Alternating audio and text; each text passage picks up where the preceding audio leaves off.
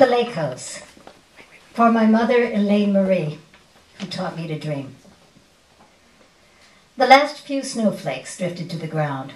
The nor'easter, as they called it in New England, had passed. Its brutal wake of snow and ice transformed the landscape into a winter wonderland. Downy blankets covered the tree branches, and silver moonlight reflected off the ice-hardened snow. The earth bowed its head in quiet prayer, and the stars awakened from under dark clouds. The wind died to a thick silence that Victoria Rose felt she could almost touch. She walked along Nagog's paved road in black high-heeled boots.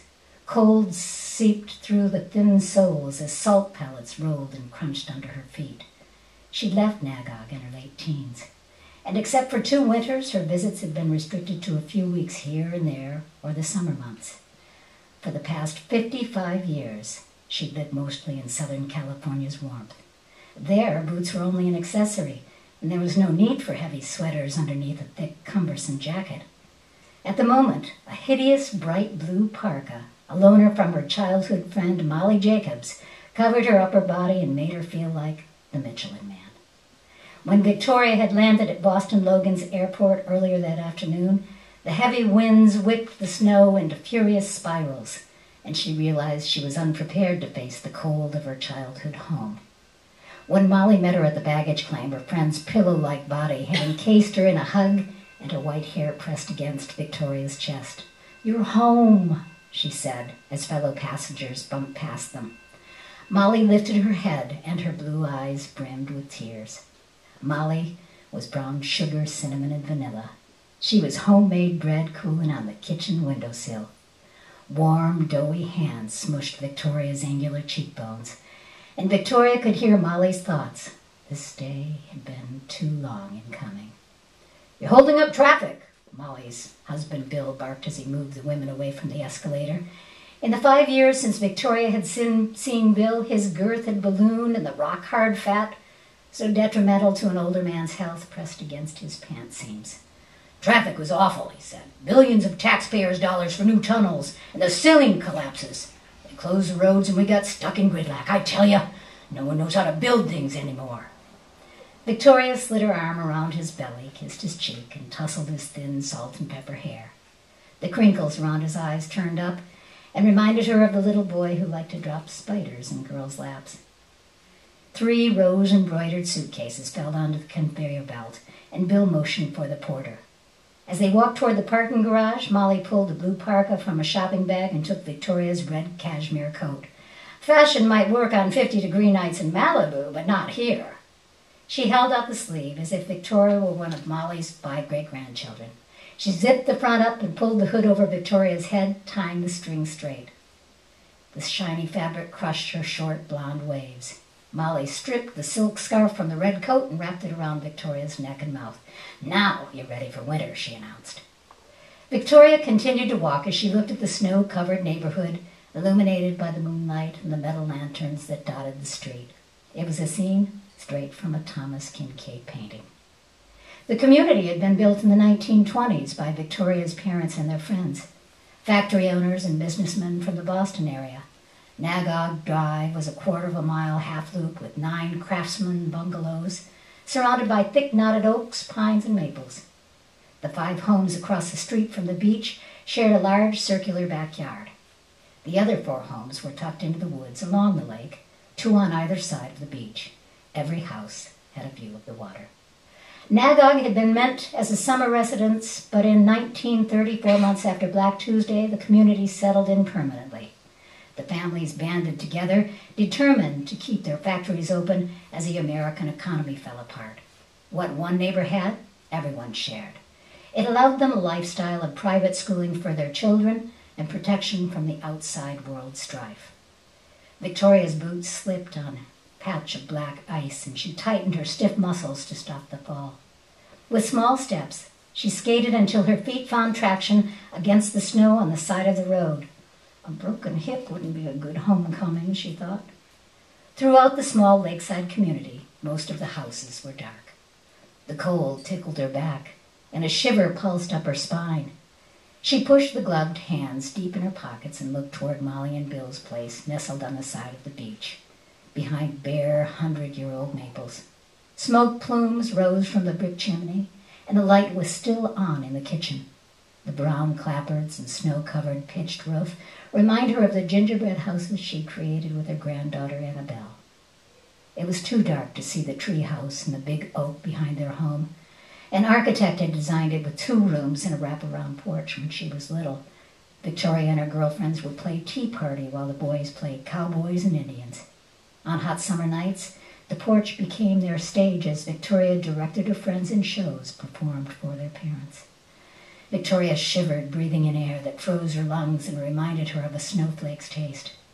As children, she and her friends would lie in the snow with wings outlined around their shoulders as they closed their eyes and opened their mouths and waited for that one special crystal to touch the tip of their warm tongues. Those were the days when it felt like fairies sprinkled golden dust on Victoria's path so that her feet never had to touch ordinary ground. Days when the sun broke through the clouds as if an angel's light reached out from heaven, a sign that everything that sparkled and shined was meant for her. Time had passed too quickly, Victoria thought. 3 generations of Nagog children had played in that tree fort since those days. At 74, how much time did she have? Another 15 or 20 years?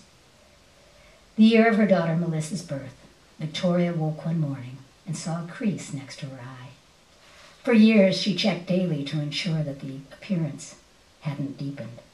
Thick moisturizing cream were lathered and hundreds of dollars paid to Hollywood salons that promised everlasting youth. There came a point when she became a grandmother when she saw a stranger in the mirror who didn't match the woman inside. Now her cheeks were smooth, but her eyebrows drooped. Her neck had a thin waddle, and she couldn't find that first line in the wrinkled fan around her eyes. Still, she looked better than most women of her age. Years of exercise and good nutrition kept her willowy figure firm, and she was proud to say that her abdominals were rock hard. There were teenagers who couldn't boast the same. But at this stage of life, what was left? In society's eyes, living was for the young. Victoria's heel broke through the icy snow, and her calf sunk into the white drift as she made her way across the beach. With each step, she fell deeper, the snow covering her boots as she walked to the picnic table next to the lake. She used her sleeve to hack and push at the white mound until she cleared the seat. The cold stung her backside. Plumes of steam encircled her gloves as she blew to warm her numb fingers. The full moon reached its highest point, illuminating the expanse of shimmering snow that covered the lake. In her mind, she could see the blue-gray water and the gritty sand the color of maple sugar crystals hidden under the snow. She'd learned to ice skate on this lake. Each winter, the fathers of the neighborhood would shovel off a large square, and the girls would put on their white skates and glide across the ice. Victoria and her friend Sarah would hold hands and spin in circles, laughing as they went faster and faster. The boys chased pucks with their hockey sticks, while their fathers went farther out on the lake and cut holes in the ice to fish. Victoria looked to the edge of the beach where the sand met the woods. The raft that had been pulled in from the water for the winter months was covered with snow. Victoria smiled as her memory wandered back to the hours she'd spent on that raft with her childhood friends. 5 bubbles of pink gum grew as the circle of teenage girls in bathing suits lay on their stomachs and blew hard as they could. Nagog's lake's waves danced and slapped against the rusted steel drums that held up the wooden platform they floated upon. Muffled giggles, they blew harder, their faces turning red in the bright sunlight. The gum smelled like cotton candy, and its aroma filled the air. The sticky material stretched thin, and they leaned their heads over to close to one another, and their eyes wide and smiling as the sides of their bubbles touched. A horsefly buzzed around their heads, and they tried to shake it away without breaking the delicate pink circles. Victoria closed her lips. From deep within her throat, she vibrated the count of 3. On 3, the girls pressed their faces closer together, trying to pop the bubbles. When the bubbles finally burst against the girls' cheeks and chins, laughter erupted, and they peeled the candy from their skin. Victoria pulled the sticky piece from her long, wavy golden hair. "Bubble gum is one of the world's best inventions. When her father had brought her to the World Fair last fall, he'd bought her the biggest jar of bubble gum she'd ever seen. She rationed the candy throughout the year, sharing it with her inner circle of friends. The 5 girls rolled onto their backs, their heads in a circle, and watched the fluffy clouds sail across the blue sky. Victoria snapped and popped her gum, knowing that her mother couldn't hear her being unladylike this far out on the lake. She adjusted the strap of her red bathing suit, and unlike the other girls whose suits covered their stomachs, Victoria had 4 inches of bare skin above her waist. Though her mother hated the suit, her father had allowed it. Molly pointed her finger toward the sky. "I see a heart." The hot breath of summer air flowed over Victoria's skin. The day felt like late August instead of the end of May. "You always see hearts," Victoria said. "It's because you're in love with Bill." Victoria poked Molly's side, and her friend batted Victoria's hand away. Born 2.5 weeks apart, she and Molly lived next door to one another and roomed together at Dana Hall, an exclusive all-girls school in Wellesley, Massachusetts. Molly sat up and watched the boys of the neighborhood playing volleyball on the beach. She pulled at the top of her bathing suit, trying to cover the new curves that had blossomed on her petite body during freshman year, and fluffed the short skirt of her blue suit over her thighs. Victoria watched Molly stare at Bill. The rosy color that naturally tinted her cheeks blushed brighter.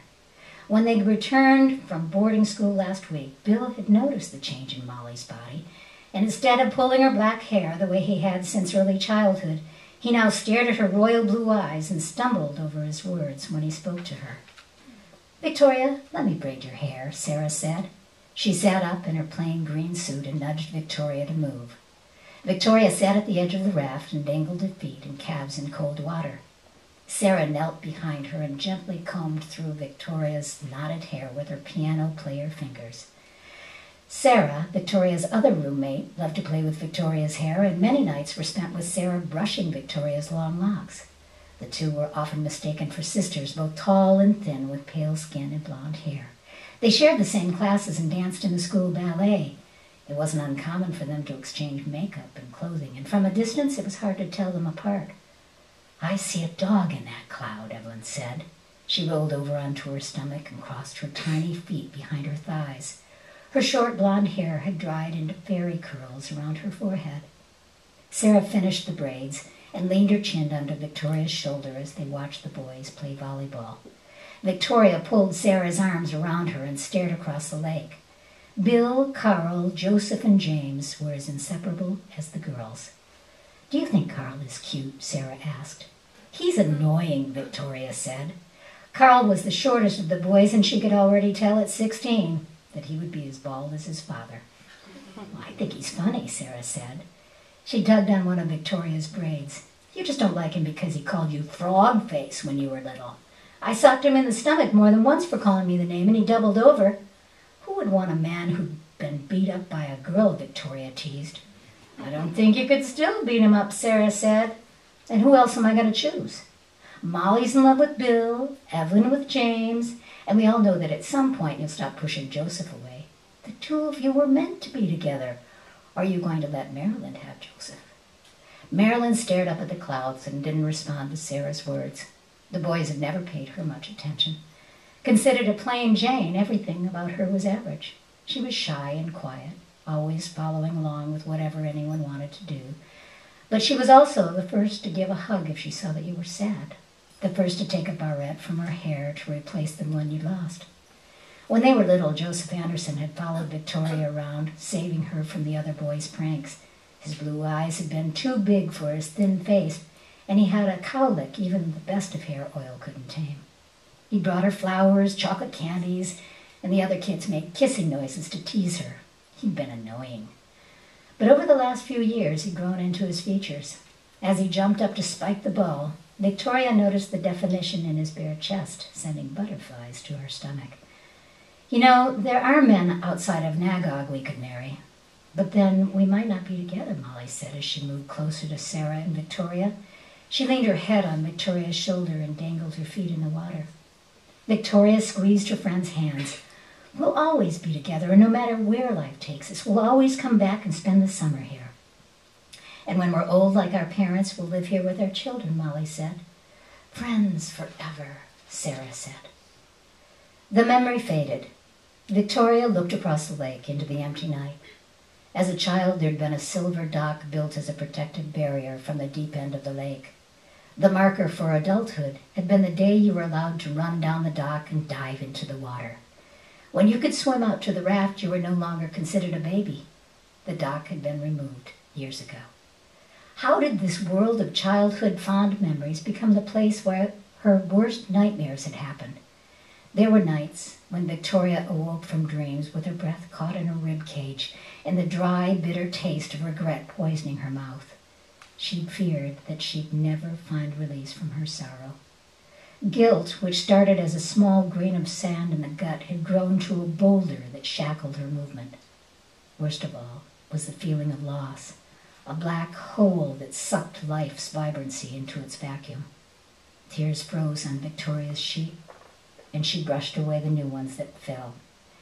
She chose to retire to bed, but in her family's home, the place she'd known her entire life, the silence echoed with voices from the past, like a child's imagery monster when the lights go out. It was in that house 19 years ago that she said goodbye to Melissa and watched her daughter return to God. And it was here on this beach that she cradled her granddaughter Annabelle in her arms and screamed for help, knowing her angel had barely any breath left in her body. On the other side of the beach, a light went on in Joseph's home. Through the bare trees, she could see his body move around the sunroom. Her frozen legs were hard to control as she crunched through the snow more than once, and she almost fell before she reached the road. Joseph looked out from the window and she waved. He returned the gesture and turned off the light. Behind Joseph's dark house was a path that led to a secluded beach where the two of them had once shared the most intimate of moments. Images from the past played like a movie in her mind, with big band music as a soundtrack. Under the thin tablecloth, cool sand had formed curved beds for their half-naked teenage bodies. Beyond the trees, she could see the party lights on the patio and hear the music. Had anyone noticed they'd slipped away? "I love you, Victoria," Joseph whispered in her ear. Though he'd once driven her crazy as he followed her around, now her heart craved him when they were apart. The past year of school had been torture. Months went by with only letters to fill the distance between them. She thought they'd marry as soon as she graduated, but now he was going to war, and it would be years before she could touch him again. Joseph swirled his tongue in delicious patterns over her neck. Warm sensations flowed through her veins like powerful energy currents and pooled between her hips. Every cell in her body burst with happiness as his hands moved over her thighs. She tried not to jump when he touched the soft, warm mound, but lightning struck her body. He pulled away. No one had explained sex to Victoria. Her heart was split between fear and her desire to seal that relationship before he left for war. Please, it's okay." She caressed the dimple in her cheek. Her finger fit the indent like a puzzle piece. The little boy with the thin face had grown into a man with chiseled cheekbones and broad shoulders. He gently covered her body with his as he kissed her. Her heart skipped as her body begged with a need she didn't understand. Pain stabbed through her lower abdomen. Her body tightened, and she pulled back from his kiss, biting her bottom lip and focusing on the sensation in her mouth. His hand swept her jaw, and he nuzzled her back. His warm breath tickled her ear, sending shivers across her arms. Relax, I'll wait." He drew hearts on her cheeks and placed kisses on her forehead. His fingers combed through her hair. Her muscles unwound. She felt the thickness of his body entwined with hers. The lake's small waves lapped against the shore, and he moved in slow circles to its rhythm. Joseph's masculine fingers stroked her sides. Her eyes widened at the pleasurable sparks firing in her belly. Giggles broke free. I'm sorry, I'm laughing. It feels wonderful," she said. "You're beautiful," he said. His tongue teased her lips as she began to move with him. Deep hunger grabbed her. Her nails dug into his back. Her tight thighs tightened around his waist. Explosive, joyous waves shook every muscle. Sunlight blazed through her. Her body went limp. The world went dark, and she floated in peace.